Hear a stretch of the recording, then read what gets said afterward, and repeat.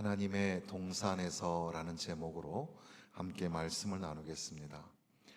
목회적 서정이라는 게 있어서 목회를 하는 목사님이 설교를 준비하는 것이 그냥 여기저기 뜬금없이 하는 것 같아도 어떤 그런 이 순서, 질서가 있어서 그 순서에 따라서 말씀을 전하기도 하고, 또 이 영적인 분위기라는 것이 있어서 그 영적인 것들을 잘 기도하는 중에 발견하고 깨닫는 것을 함께 나누는 그런 목회 또는 그런 목회적 설교, 이것이 매우 바람직하고 이상적인 그런 교회의 모습이라고 생각이 듭니다.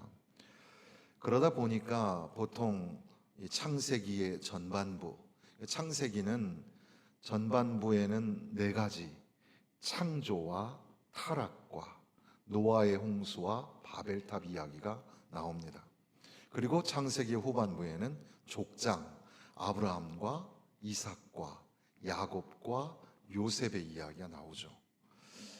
그래서 우리가 이 설교를 할 때 보면 그래도 비교적 이 인물, 아브라함과 이삭과 야곱과 요셉의 이야기는 우리가 그 인물을 통해서 우리의 삶을 돌아보기도 하고 하나님의 섭리를 드러낼 수 있는 그런 말씀들을 발견하게 되는데, 그 앞서 있는 말씀들에는 우리가 많이 이렇게 관심을 갖지 못할 때가, 이 서정, 목회적 순서에 따라서 읽다 보면 그런 일들이 일어나게 되죠.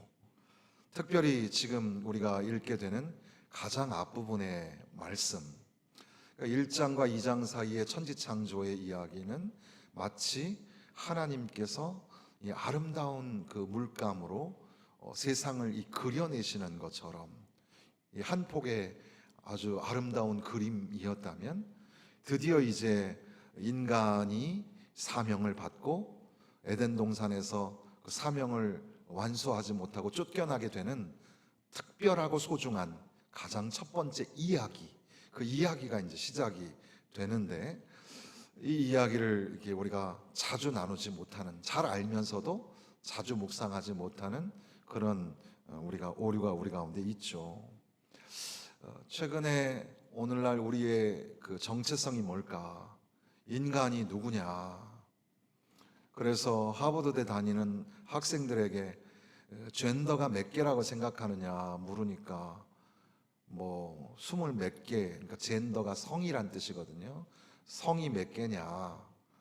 그 쉬운 질문에 뭐 20 몇 개가 있을 거다라고 얘기하는 것부터 시작해서 무한대로 많다라고 얘기하는, 그러니까 지금 성 정체성의 혼란, 그러니까 인간이 누구냐, 나는 누구냐라는 그런 것들이 이제 다 혼란스러워진 이 세상. 그리고 또한 오늘 우리 교회는 우리가 서로 용서하고 화해하기 이전에 하나님께로 돌아가서 하나님과의 관계 회복이 필요하다, 그런 말씀들을 우리가 함께 묵상하는 것과 연결해서 오늘 창세기 2장의 말씀을 읽을 수 있지 않을까, 그렇게 생각이 든 겁니다. 에덴이라는 곳은 어딜까? 에덴을 어떤 파라다이스, 어떤 낙원의 어떤 상징, 오늘날의 문학에서는 에덴이라는 말은 그런 어떤 낙원의 상징으로 쓰이겠죠. 근데 이 창세기에서의 분위기는 다분히 장소적인 의미인 것 같이 보입니다. 그러니까 에덴이라는 어떤 장소가 있는데 거기에 하나님이 동산을 만드셨다. 그래서 이제 에덴 동산이라고 하는데, 이 동산을 어떻게 표현할 방법이 없어요, 한글로도. 그래서 동산이라고 해야 되는가, 또는 그 농원이라고 해야 되나. 우리가 그런 이 과수가 많고 꽃이 많은 곳을 우리가 농원이라고 하잖아요. 또는 어떤 사람들은 동산보다는 아마 과수원이었을 거다, 이렇게 얘기하기도 하는데 어떤 곳일까? 오늘 수요 예배 시간에 예배 전에 보여주는 영상을 보니까 아주 그냥 가을 단풍이 착 이렇게 일어나는 아름다운 그런 장소. 우리 교회 이 윗마당 아랫마당을 이렇게 감싸고 있는 이 나무와 꽃도 보면 참 너무 동산 같고 광성 동산이죠. 그리고 또 우리는 기도원에 참 아름다운 그 숲길과 정말 화려하지 않으나 그러나 소박한 중에도 아담한 그런 기도원, 동산의 기도원, 이런 것들을 우리가 함께 누리면서 살지만 어떠세요? 에덴 동산을 한번 봤으면 얼마나 좋을까? 에덴 동산이 어떻게 생겼을까요? 에덴 동산을 상상해 보면 참 좋았겠죠. 참 좋은 곳에서 하나님이 이제 세상을 다 창조하시고 이제 하나님이 인간을 창조하셨다. 그리고 그 인간에게 에덴 동산에 살게 하셨다는 그런 이야기입니다. 아마 에덴 동산의 가장 중요한 특징은 풍요함, 풍족함이 아닐까요? 거기에는 모든 것들이 풍요로웠겠죠. 하나의 강이 4개의 강으로 나뉘어 흐르게 되고, 그러니까 물이 넉넉하다는 뜻이고, 거기에는 비옥하고 곡식과 채소 그리고 과일, 사람과 동물이 어우러져서 살기에 전혀 불편함도 없고 부족함도 없는 그런 땅이었을 겁니다. 거기에 이제 살게 된 그런 에덴 동산의 모습 우리가 생각해 보게 되는데, 그 땅에 이제 인간이 살게 됐다는 거죠. 근데 인간이 참 인간 그 아담이라는 말의 그 자음이 아담아가 흙인데, 인간의 그 출발이 흙이었다. 그리고 어떤 그 번역에 보면 dust from ground라고 되어 있어요. 그러니까 흙으로부터 나온 먼지라는 뜻이에요. 그러니까 먼지 같은 존재가 인간이었다는 겁니다. 흙이 얼마나 가벼운 존재입니까? 무가치하고 가벼운 존재. 우리 인간의 그 기원이 그렇다는 거예요. 형체도 없고 바람이 불면 사라지고, 그런데 그 먼지와 흙과 같은 존재를 하나님의 형상으로 지으셨다. 하나님의 형상이라는 말도 이 하나님의 형상만 가지고도 수없이 논문이 많고 수많은 시간을 연구해도 연구가 잘 안 되는 게 하나님의 형상이죠. 그도 그럴 것이 천지를 창조하신 하나님이 형상이 있을까요? 사실 그 형상을 그려낸다는 것 자체가 굉장히 어렵죠. 그래서 라틴어의 그 이마고 데이라는 이미지 오브 갓이라는 말이, 하나님의 형상이란 말이 자칫 오해하면은 하나님이 사람의 모습하고 똑같이 생겼을 거야 이렇게 착각을 하기 쉬운데, 그런 의미는 아닐 거란 말이에요. 그런데 왜 하나님의 형상대로라고 하였을까? 이 고대 그 히브리어의 고대 문헌에는 형상이라는 단어가 왕하고 가장 가까운 측근에 있는 사람을 일컬을 때 형상이라는 말을 썼다고 합니다. 그러니까 최측근의 관계. 그러니까 인간은 하나님의 피조물이지만 하나님하고 가장 가까운 관계로 하나님이 만들어 주셨다. 하나님이 세상을 창조하시고 인간을 창조하셨는데, 그런데 그 인간을 흙으로부터 만드셨습니다. 아이러니한 것은 에덴 동산에서 쫓겨난 인간이 결국 돌아가야 할 곳이 흙이 되잖아요. 그런 우리의 인간의 그 정체성을 다시 한번 진지하게 고민하게 되는데, 그런데 하나님의 형상, 하나님이 가장 존귀하게 가장 가깝게 그렇게 창조하신 그 인간, 그런데 그럼에도 불구하고 그 인간이 아직 살아있는 게 아니죠. 생각을 하거나 연구를 하거나 창조적 능력을 발휘하는 게 아니었을 거예요. 물론 그 시간을 우리가 시간으로 이렇게 분석한다는 것 자체가 불가능한 거겠지만, 그럼에도 불구하고 곰곰이 생각해 보면 사람이 사람 된 것은 하나님께서 그 코에 생기를 불어 넣으실 때, 비로소 이제 사람이 된 거예요. 인간이 되었어요. 하나님께서 생기를 불어넣으셔서 당신의 숨결을 불어넣으셔서 이제는 살아있는, 그러니까 우리가 이렇게 숨을 쉬지만 어떻게 보면 하나님의 숨이 없이는 존재할 수 없었던, 그게 바로 인간의 모습이죠. 인간은 먼지와도 같은 존재였다.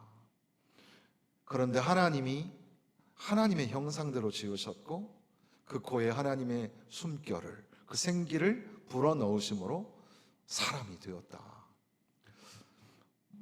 여기에는 남자와 여자의 기원, 인류의 기원 이런 걸 다루는 이야기는 아닌데도 불구하고 항상 우리는 천지창조에서 그런 걸 찾으려고 하기는 해요.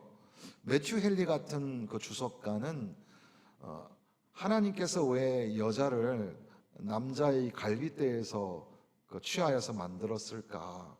그게 이제 나름대로 이제 상상을 해보는 거겠지만, 머리에서부터 꺼내지 않은 것은 다스리지 않게 하는 것이고, 발 밑에서 만들지 않은 것도 다스림을 당하지 않도록 하기 위함이고, 옆구리에서 했던 것은 동등한 그런 권리에서 여자를, 사람이 혼자 있는 것이 좋지 않아서 함께하는 특별한 배필, 돕는 배필을 만들어 주셨다. 그리고 그것이 심장 가까이에서 만들어진 것은 항상 아담의 보호를 받게 하기 위해서 그랬다. 그런 설명도 있기는 있어요. 그게 맞는지 안 맞는지는 우리가 알 수는 없죠. 그러나 사람이 만들어질 때 우리가 흙과 같은 그런 존재였는데 하나님이 사람으로 하나님의 형상대로 지으셔서 이제 그 코에 생기를 불어넣으심으로 사람이 되었고, 그래서 그 사람에게 이제 아주 귀한 선물을 주시는데 에덴 동산을 주시는 거예요. 에덴 동산을 하나님께서 만드셨다고 8절에 보면, 2장 8절에 보면 여호와 하나님이 동방의 에덴에 동산을 창설하시고, 그렇게 돼 있죠. 만드셨다는 겁니다. 그리고 그 지으신 사람을 거기 두시니라. 이제 이 아담과 하와를 에덴 동산을 만드시고 거기에서 살게 하셨다는 겁니다. 그 에덴 동산에는 모든 것들이 풍요롭고 먹기에 좋은 것들이 참 많고 그런 곳이었습니다. 더군다나 또 어떤 그 글에 보니까 이제 죄를 지은 아담과 하와가 숨었을 때 이제 하나님께서 동산을 거니신다 그랬잖아요. 이 거니시다라는 말이 이제 서성거리다 또는 이렇게 산책하다 그런 의미를 갖는다고 하는데, 히브리 그 성경에는 사람이 하나님 앞에서 춤추는 존재였다, 그런 글의 흔적이 있다고 합니다. 그러니까 평상시에는 아담아 아담아 부르면 예 하나님 하고 하나님 앞에 나아가서 하나님 앞에 춤을 추는 존재, 그러면서 동산을 하나님과 함께 산책하고 거닐었던 존재가 인간이었다는 거죠. 얼마나 행복했을까. 하나님이 부르시면 예 그러고 나가서 같이 하나님 앞에서 춤을 추는 존재, 그리고 함께 동산의 모든 것들을 함께 누리면서 살아가는 그런 존재였다는 겁니다. 그런데 우리가 이제 늘 잘못 생각하기 쉬운, 인간이기 때문에 그렇게밖에 생각이 안 드는 하나의 문제가 생기죠. 그게 뭐냐 하면, 하나님께서 오늘 우리가 읽은 말씀에 있는 것처럼 그 사람에게 명하여 이르시되 동산 각종 나무의 열매는 내가 임의로 먹되 선악을 알게 하는 나무의 열매는 먹지 말라. 왜 하나님께서 인색하시기에 이 작은 제한을 두셨을까? 왜 인간을 죄를 지을 수 있도록 그렇게 만드셨을까? 그런 걸 우리가 생각하게 되죠. 그걸 안 만드셨으면 우리가 죄를 안 지었을 거 아니에요. 그러면 에덴 동산에 편하게 살지 않았을까? 이렇게 생각하기 쉽다는 겁니다. 그 선악을 알게 하는 나무를 먹지 말라는 말씀이 무슨 뜻일까? 이것이 이제 오늘 이 밤에 함께 나눠야 할 가장 중요한 주제가 되겠습니다. 그런데 우리가 잘 생각해야 할 것은 하나님께서 인간을 창조하실 때 존귀한 존재로 하나님의 형상으로 그리고 하나님의 숨결을 불어넣으셔서 만드시고 부족함이 없는 완벽한 곳을 만드셔서 거기에서 거하고 살게 하셨어요. 그런데 만약에 이런 그 선악을 알게 하는 나무를 먹지 말라는 이 말씀이 없었다면, 그렇다면 인간은 그냥 에덴 동산에서 자기 마음대로 그렇게 살면 되는 거예요. 그런데 거기에 한 가지 우리가 놓치지 말아야 할 것은 인간은 하나님이 창조하셨고 하나님께서는 그 인간을 그 동산에 두시면서, 그리고 오늘 15절 말씀에 보면 하나님이 그 사람을 이끌어 에덴 동산에 두어 그것을 경작하며 지키게 하시고, 그러니까 너는 이곳을 경작해야 돼, 그리고 여기를 지켜야 돼, 이렇게 말씀하셨다는 겁니다. 그러니까 창조자이신 하나님과 피조물인 인간 사이에 첫 번째 이루어진 계약과도 같아요. 그러니까 관계에 증명을 하는 그런 계약서입니다. 오늘날에도 무수히 많은 계약서가 있는데 계약서 꼼꼼히 잘 읽어봐야 되잖아요. 그런데 지금 이 계약서에도 하나님께서 모든 것들을 네가 마음대로 취하는데, 그러나 그것을 너가 경작하고 지켜야 될 사명이 있는 거야. 그리고 모든 나무의 실과를 먹어도 되는데 선악을 알게 하는 나무, 그 열매를 먹지 말라 말씀하셔요. 그것은 그 나무가 도대체 뭘까? 그 나무의 열매는 어떤 열매였을까? 이런 게 중요한 게 아니라 하나님과의 약속이라는 거죠. 그 약속은 당사자 서로와의 관계가 정해져 있는 건데, 그 인간과 그 에덴 동산을 만드신 분이 하나님이시고, 나는, 그 인간은 하나님이 지으신 존재요, 하나님이 그 동산을 관리하라고 나에게 사명을 준 그런 관계, 그 관계를 정확하게 보여주시는 것이 이 선악을 알게 하는 나무, 이 나무의 열매는 먹지 마라. 네가 먹는 날에는 반드시 죽으리라. 보통 계명 같은 경우에는 그러한 일을 하면 그 사람이 죽을 것이다 라는 객관적 그 주어를 쓰게 되는데, 이 말씀은 너는 죽으리라, 네가 먹는 날에는 죽으리라, 이렇게 표현하죠. 그래서 하나님과 아담 사이에 관계를 맺어주는 중요한 약속으로서 이 말씀이 주어지게 되었다는 사실입니다. 그러니까 이렇게 선악을 알게 하는 나무의 열매를 먹지 말라 이렇게 말씀하시는 것은, 하나님께서는 아담아, 나는 너의 창조자이다, 나는 너의 하나님이 된다, 그리고 앞으로도 계속해서 나는 너의 하나님이다, 그 약속을 잊지 마라, 이것을 이제 보여주시는 거예요. 그러니까 우리가 용서와 화해에 손을 내미신 하나님이라는 표현을 우리가 주일 생각했는데, 어떻게 보면 인간에게 먼저 손을 내밀어 주셔서, 그래서 내가 너와의 특별한 관계를 갖고 싶다, 나는 너의 하나님이 된다, 그리고 너는 내가 창조한 모든 것들을 지키고 경작하는 그런 귀한 축복을 받게 되었다. 그것을 보여주는 증거가 뭐냐? 바로 그게 이 나무의 열매는 먹지 말라 하시는 계명이라는 사실이죠.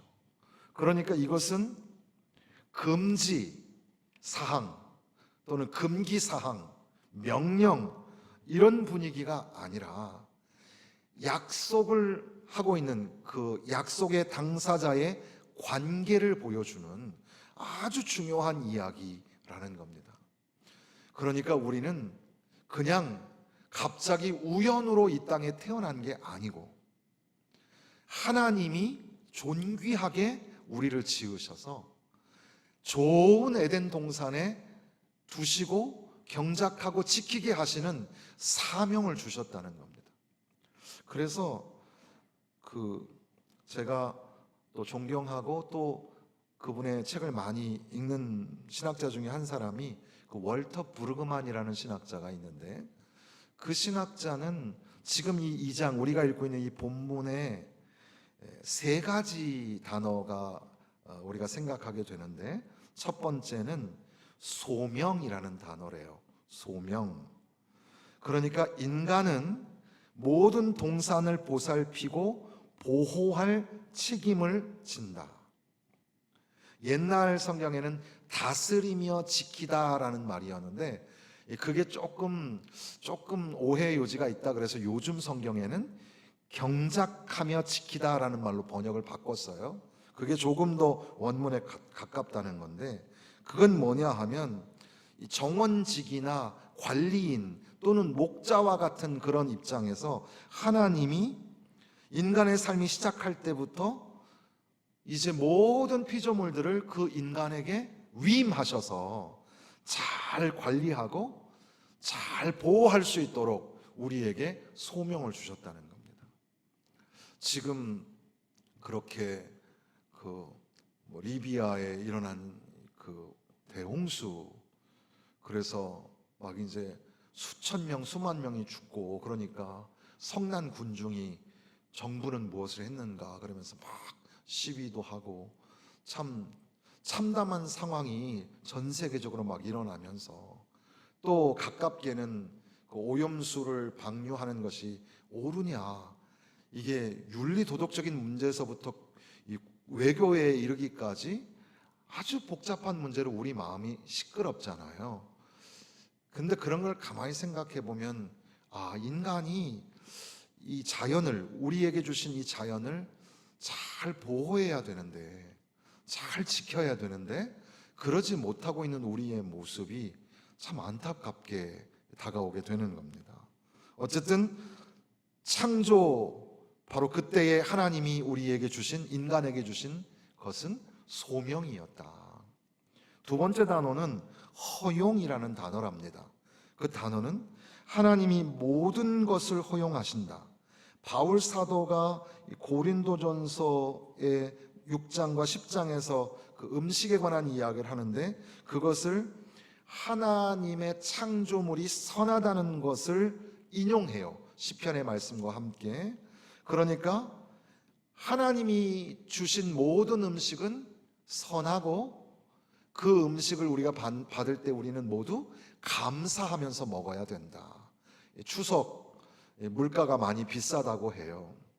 그런데도 불구하고 정성껏 우리 교육자들에게도 귀한 과일을 섬겨주시는 손길이 너무너무 고맙고 감사합니다. 이 과일 하나 먹으면서 맛있다 이렇게 하면서 먹고, 그 손길을 정말 생각하면서 기도하고 또 감사하는 마음을 갖게 됩니다. 아무튼 정말 물가가 많이 비싸고 어렵다고 하는데도 불구하고 이제 추석 때 즈음하여서 과일들이 나타나고 또 음식물들을 대하면서 우리 모두는 모든 것들을 우리에게 허용하신 하나님 앞에 감사하게 되는 거죠. 그리고 나서 세 번째가 이제 17절을 금지라는 단어가 나오는데, 나무에 대한 설명은 없어요.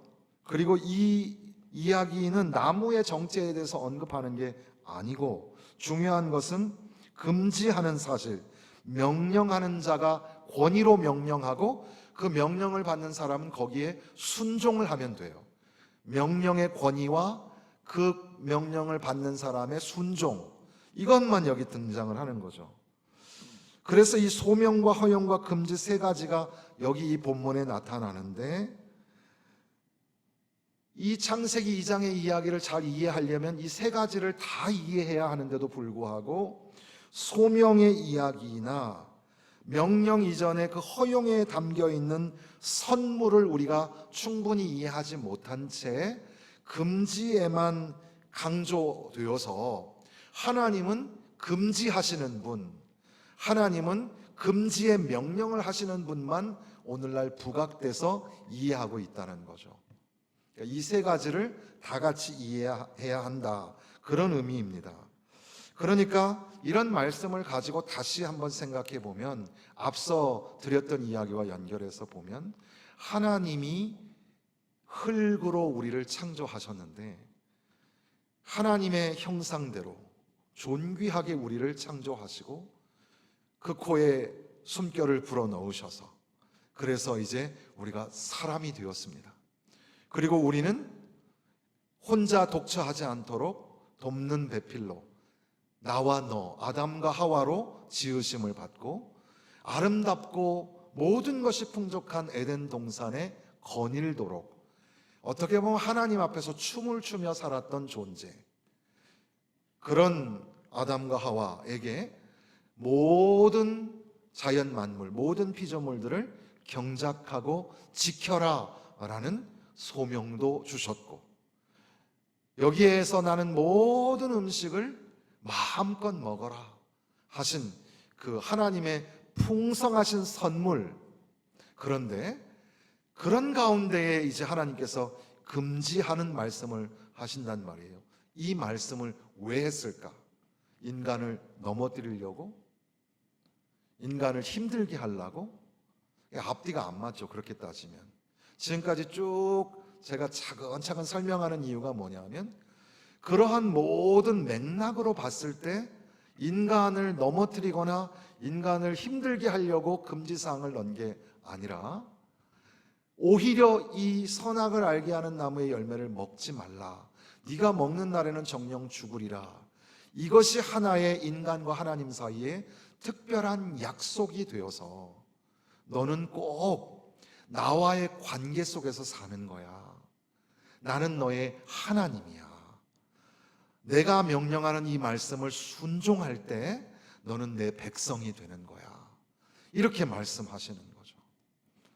그런데 불행하게도 이제 이 2장의 후반부를 넘어서서 이제 아담과 하와가 지으심을 받고 3장으로 가면 뱀의 유혹과 그 여자가 그 유혹에 넘어가고 그 죄를 전가하고 아담과 뱀과 뭐 이런 복잡한 관계 속에 에덴 동산에서 쫓겨나게 되는 그런 사건이 기록이 됩니다. 그리고 결국 오늘날의 우리도 그 아담의 죄로, 소위 우리가 교리적으로는 원죄라고 하는데, 그런 아담의 범죄함으로 인하여서 우리 인간이 본질적으로 이 죄로 말미암아 하나님과의 관계가 깨져버리고 단절되어 버렸다는 거죠. 그러니까 사람과 사람 사이에 관계를 회복하고 용서하고 사랑하며 살아가야 할 텐데, 그렇게 하려면 가장 그 근본적인 문제가 바로 하나님과의 관계를 생각하지 않을 수가 없다는 겁니다. 하나님과의 관계가 회복될 때 비로소 우리가 하나님과 나 사이에 이 사랑의 관계가 된 것처럼 나도 형제의 잘못을 용서하고 화해하는 일에 하나님이 손을 내미셔서, 어떻게 내미셨다고요? 사랑하는 독생자를 내어서 십자가에 죽게 하시기까지.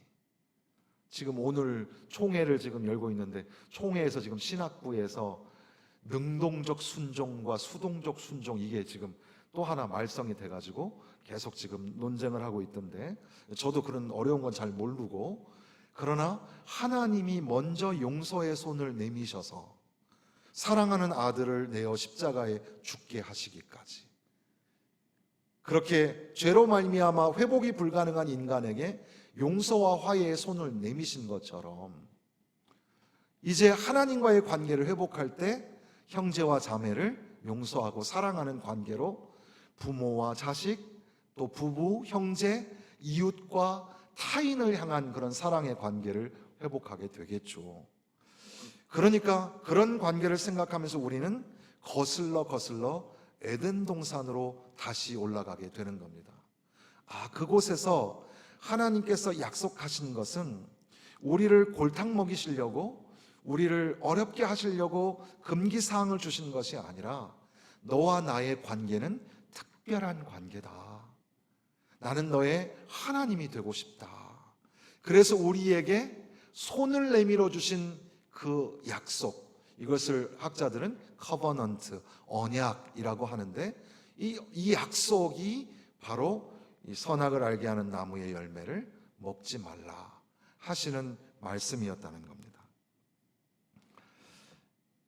그런데 이제 역사 속에 들어가면서 아담 이후에 아브라함으로, 그리고 아브라함 이후에 이제는 야곱을 통해서 이스라엘이라는 나라가 생기고, 그리고 이제 먼 훗날 이제 오늘 교회가 우리 가운데 이렇게 존재하게 되는 오늘 여기까지 오는 동안에 이 약속이라는 말이 참 중요해서, 약속을 기억하고 약속을 회복하면, 그러면 하나님께로 돌아갈 수 있는 길이 열리게 됩니다.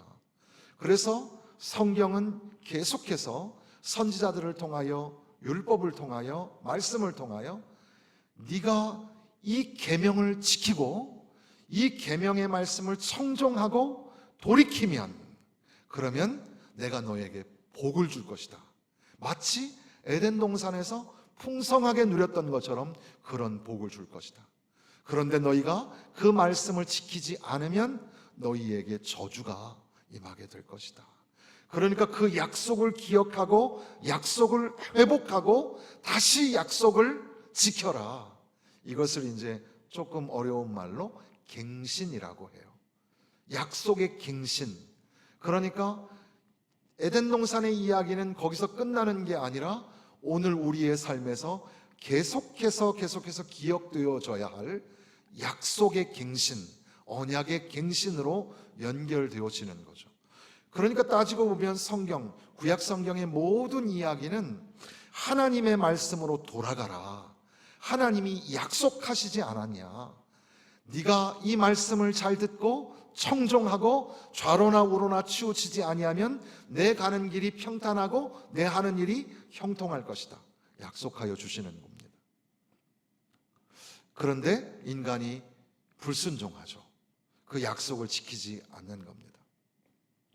그러면 이제 하나님께서 포기하실 만한데, 그런데 하나님께서는 우리를 너무 사랑하셔서 스스로 구원할 수 없는, 의인은 없나니 하나도 없다라는 로마서의 말씀처럼 스스로 구원할 수 없는 우리, 저와 여러분을 너무 사랑하셔서, 그래서 하나님이 마치 이 계명을 주실 때와 마찬가지로 우리에게 손을 내밀어 주셔서 사랑하는 아들, 독생자이신 예수 그리스도를 내어 주셔서 그분이 화목제물이 되어 죽게 하심으로 인하여서 다시금 그 약속을 갱신하시는 예수 그리스도를 믿음으로 말미암아, 그러니까 그 예수는 로마서 5장에 보면 하나님의 자기의 사랑을 확증하셨다는 말씀이 나오죠.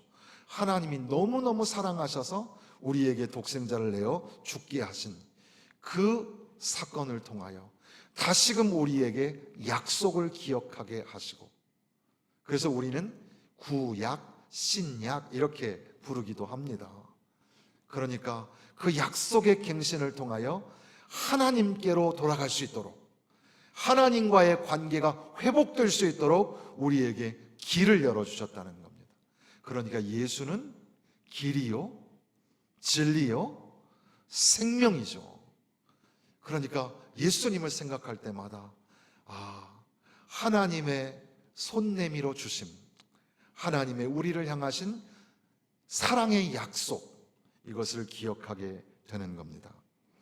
사랑하는 성도 여러분, 오늘 이 말씀을 우리가 묵상하면서 남은 한 주간 우리가 기도할 때 나의 정체성, 우리 인간이 누군가, 거기에서부터 하나님이 우리에게 특별한 관계를 주셨다는 사실, 그리고 그 관계를 깨뜨린 인간에게 다시 손을 내밀어 주시는 하나님의 그 절절하신 사랑, 그걸 깊이 묵상하면서 하나님의 은혜를 크게 묵상하고 누리시는 그런 시간 되시기를 주님의 이름으로 부탁을 드립니다.